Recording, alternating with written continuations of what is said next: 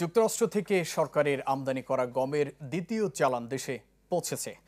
Corpus Christi বন্দর থেকে 60,802 ton গম নিয়ে আসা এমভি স্পার এরিস জাহাজটি কুতুবদিয়ায় নোঙর করে।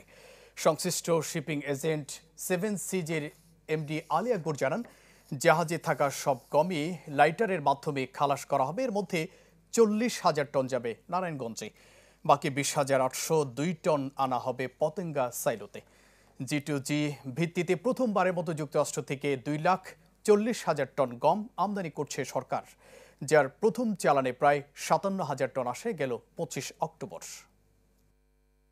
বাংলাদেশ ও আমেরিকার মধ্যে সম্পাদিত G2G চুক্তি একের আওতায় দ্বিতীয় জাহাজ এমভি স্পার এরিস আজ সকালে কুতুবদিয়ায় নোঙর করেছে।